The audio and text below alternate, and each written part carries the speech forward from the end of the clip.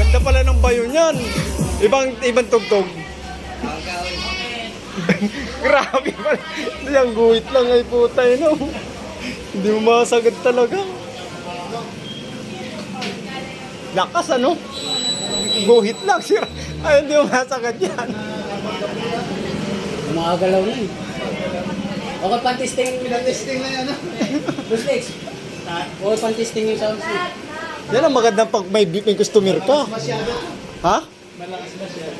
Malakas na maigi. Ano? Ito. Yan, sakto yung isa. Ito isa, ilipat natin sa isa. Wag, sir, wag. Manganga mo yung ano.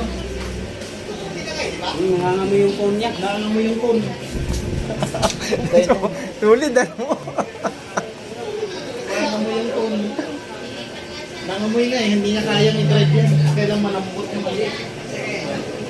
Grabe. Ilang guhit lang talaga.